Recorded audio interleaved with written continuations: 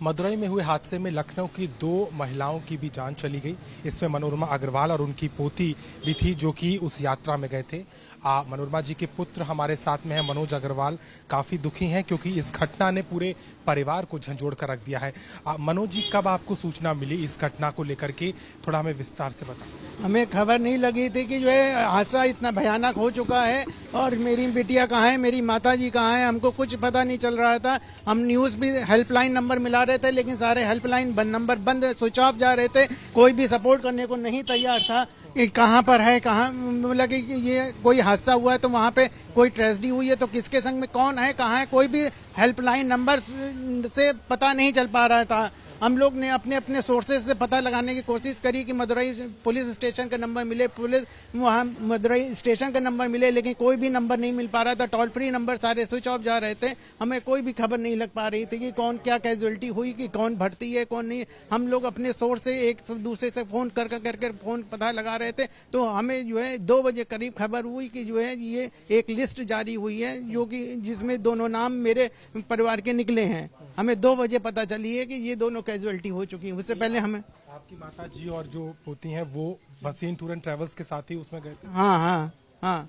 कब से कब तक की यात्रा थी और क्या क्या उसमें उनको करना था? 17 अगस्त से जो है 30 अगस्त तक का टूर था। उसमें जो है कई तीर्थ स्थल, रामेश्वरम भी था उसमें, मदुरई में, और जो है कन्याकुमारी था, और जो है त्रिवेंद्रम में था, और जो है चेन्नई भी जाना था।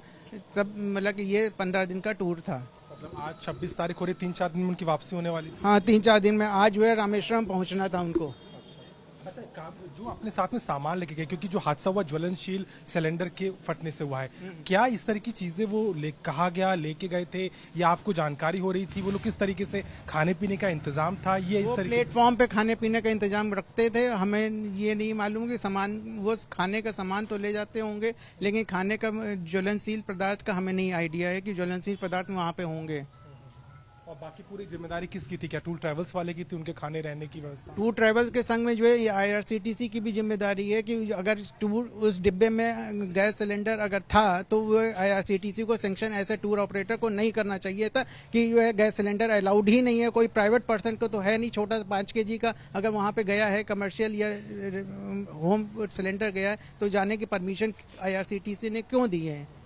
आपको लगता है इस मामले में लापरवाही बरती गई प्रशासन की तरफ से? प्रशासन की तरफ से प्लस IRCTC की तरफ से, जिसने NOC दी है कि हाँ आप जाइए, NOC दी कि जो है हाँ आप खाना पीना बना सकते हैं ट्रेन के अंदर या बाहर बना सकते हैं। ये NOC जिसने दी है, IRCTC भी जिम्मेदार है जिसने लाइसेंस प्रोवाइड कराया है।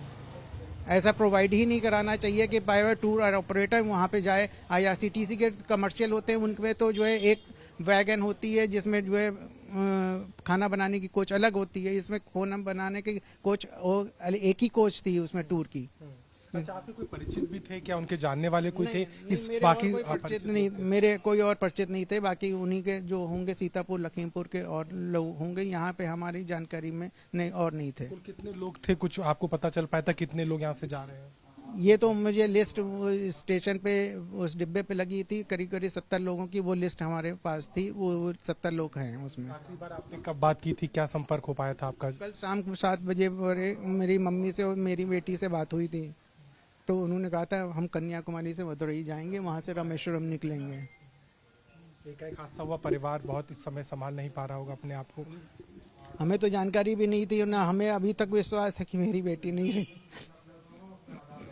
मानते हैं सरकार की जिम्मेदारी थी, लापरवाही हुई, यह हादसा बच सकता था, टल सकता था, सुरक्षा के इंतजाम होते अगर चेकिंग की जाती। हाँ, चेकिंग होती, अगर उसके डिब्बे की प्रॉपर ट्रैकिंग होती तो भी बच सकता था।